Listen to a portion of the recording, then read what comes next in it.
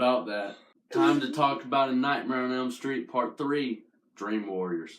Hey guys, welcome back to Entertainment Fanatic Reviews. I'm your host, Ashley Greer, and I am joined by a good friend of mine, Tyler Moses, also known as horrorlover99 on Instagram and Snapchat. Yeah. And today we're talking about Nightmare on Elm Street Part 3, Dream Warriors.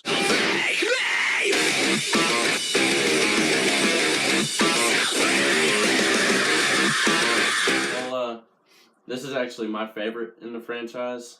And I guess what I want to start off with is, the intro. I actually thought the intro was pretty good and it set up the tone really well for it. You know, how it introduces the main female protagonist, Kirsten. I didn't even know her name was Kirsten, I forgot. Yeah, I'm pretty sure it's Kirsten. But you find out, she's having reoccurring nightmares from Freddy and she's always being brought to the house. And if you don't know what house I'm talking about, I'm obviously talking about, his address is not. The infamous Nightmare on Elm Street house, where Nancy used to live. And, if you're this far into Nightmare on Elm Street, you better know what house I'm talking about. It kind of takes you through the house, it's kind of like a little maze that she's going through. The living room was all dark and it had, it's kind of like pitch black, and you see all like the creepy decorations inside, which I actually thought was pretty cool. I actually like the setting of the house during the nightmare, and she's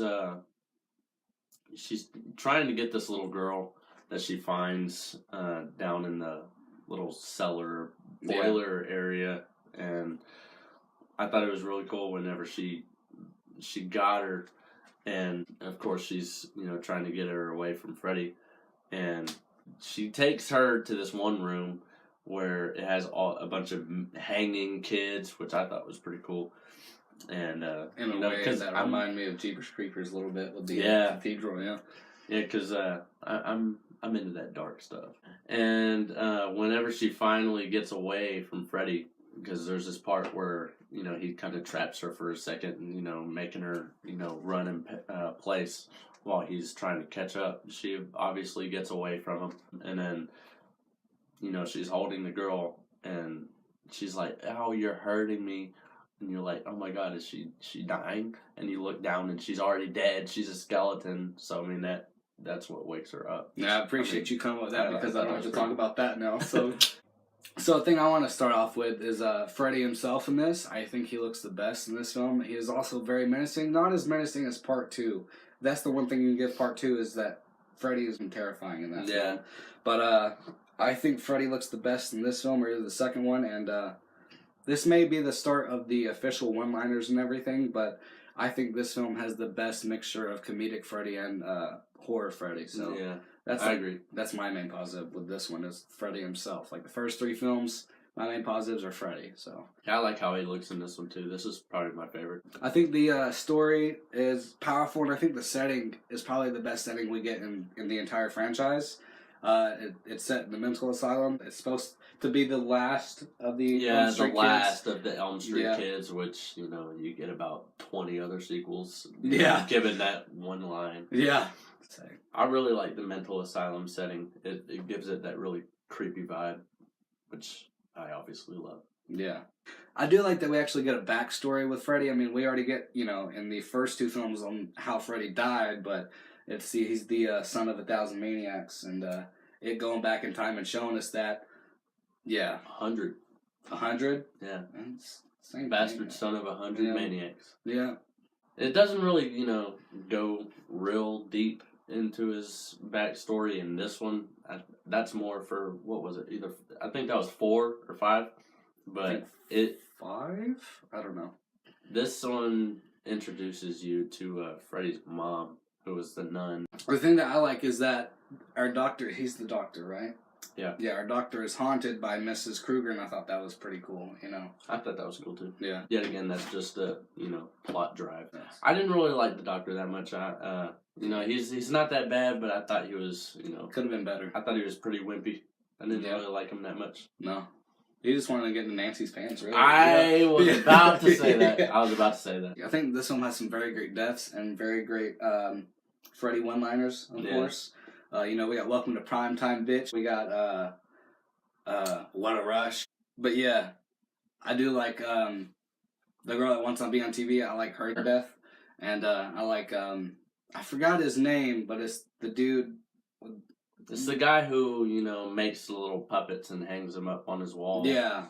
Yeah, his death, which we're really into gore, but for me that part was very squeamish, but that's for a personal reason. But yeah, that scene just, sometimes I want to fast forward it, but sometimes I can bear it, I can bear it all the time because, them special effects from back then have not aged very well, so you can clearly tell that. I think they aged fine. They're better than some films from the 80s. Yeah. Okay, one main positive that I have, and it also kind of ties into, Freddy's look. I don't know if I'm in the minority or the majority, but I actually really love, the whole soul chest with Freddy. It has his victims inside. I think it's a bit corny, but it's the one thing I like about these films. So, yeah. So, well, I thought it, tied really well with his character. Yeah. He is, basically nightmare demon. Yeah. He's not a human, so what are you gonna expect him to look like? Jesus. But another thing I like about this film is the junkyard scene. I like that. It is a bit weird because the skeleton. I thought that was really cheesy. It is cheesy. That's why I love it. You got that's the 80s, man. Yeah. I grew up with some 80s, so that cheese fest. No, speaking of the junkyard scene, I hated how Nancy's dad died quick. Yeah. And it looked so horrible. I swear the skeleton just picked him up and he's sitting there oh, and he gets stabbed and I thought that looked so trashy. Yeah. I do like that Heather Langenkamp came back as Nancy. Yeah. It's just a bit confusing, but we'll get into that with our negatives. Kincaid was probably one of my other favorite parts. Oh my god, I'm glad you brought that up. I love Kincaid's attitude, especially to the bitch nurse. Yeah. Who's always, trying to she's like the human villain of the patients. She's always trying to, tell them that what they're experiencing isn't real and that the other patients are just killing themselves. She's just a bitch. And I love how Kincaid, is basically telling her straight up, be like, look, this is what's happening, so you're going to listen to us. Yeah. And, she obviously doesn't listen. He basically has a cuss out with her. Yeah. And I thought that was pretty funny. So moving on to our negatives, like we brought up with the nurse, like he said, she's the human villain in this, but to me, she reminds me of Miss Ratched from One Flew Over the Cuckoo's Nest, which is a film he needs to watch. And also, I don't like Kirsten's mom in this. I don't either. Shit. Yeah. Yeah, she's trash. She cares more about her boyfriend than she cares about her daughter. But I do like how they recreate that first scene from the intro. Yeah, I love how Freddy comes up. Yeah, and then he kills Kirsten's mom. Yeah. I thought that was a pretty cool payoff. Yeah, but then she comes back in part 4, so they can.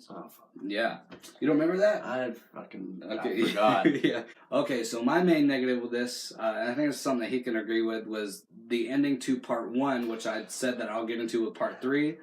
How does Nancy come back? The ending just doesn't make sense. Yeah. This is, I don't know if this is a timeline issue. Yeah. Because, Nancy's obviously aged. She's a grown-up now. It really doesn't make any sense. No. Speaking of that part, since I wasn't here for your original Nightmare on Elm Street review. Yeah.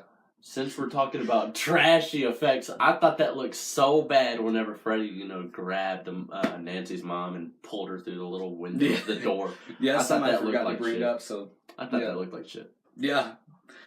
Let me add this into my positives, because I forgot to mention this. Whenever they're going into the dream world, they all have, special abilities for each of their characters, Kirsten, she's like a gymnast. She can, run around, backflip. Kincaid, he's strong. Yeah. The little nerdy kid, with the glasses. You know, he's we can all relate to him, but he's a fucking wizard, of course. Yeah. Taryn, I guess she's like a badass, like little punk. I know exactly what it was. They're like, oh, so what's your power? She's like, in my dreams, I'm bad. Speaking of the little dream world abilities, and you know, two negatives that I have about that: the little nerdy kid, the wizard. Yeah, you know, that's lame anyway. But I thought Freddy, you know, and I'm speaking directly to you, Fred. Like, look, you have, you know, been in this game for at least a few years now, so you know how to, you know, kind of go after kids' fears. So, I mean, you chose a fucking wheelchair. Yeah, with like spikes on it and shit. Like, sorry, dude. I mean, the first time I watched that when I was like, you know, 3-4 years old, I was like, oh my god, you know, I thought it was like a medieval like torture device. Yeah. I mean, I knew it was a wheelchair. I mean, but I thought it was kind of cool. It does look cool. You know, it's obviously kind of cool. It goes by itself, and you know, it tries to kill him. It's just the fact, yeah. Oh, and that's a good one-liner in a shitty scene where he's like, oh yeah, well, you know, you got all these powers, but when you wake up, it's back in the saddle again. Oh, yeah.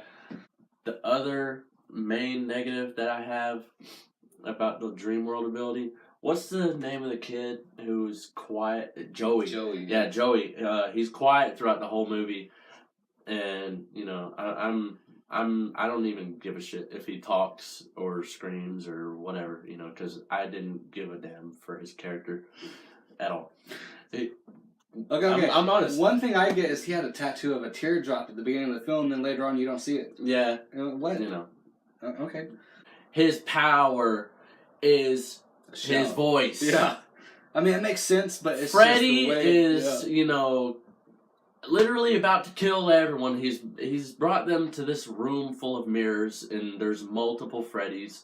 He's dragging them all through each one, and Joey's in there. And oh my god, my friends are gone. What am I gonna do?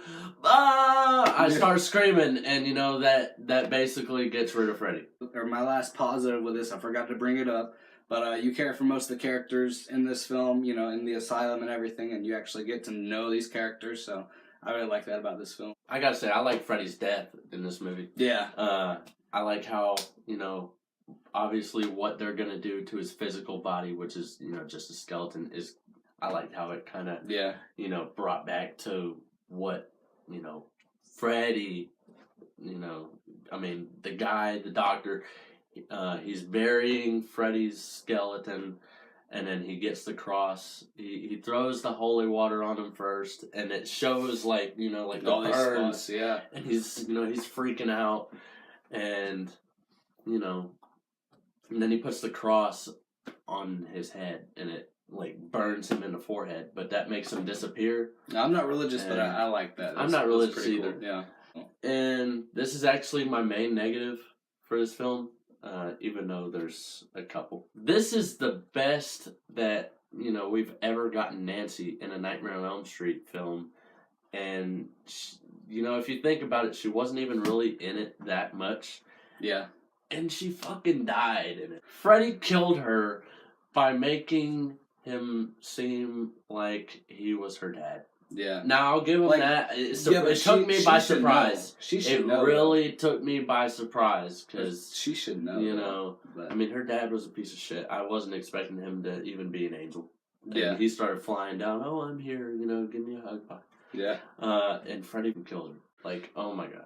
And with all that being said, I will give A Nightmare on Elm Street Part 3, Dream Warriors, a 9.25 out of 10. I'm going to give it an 8.5 out of 10. 8.5. I really enjoy this film, but as always, don't be scared. To like, comment, subscribe, and share it. Be highly appreciated.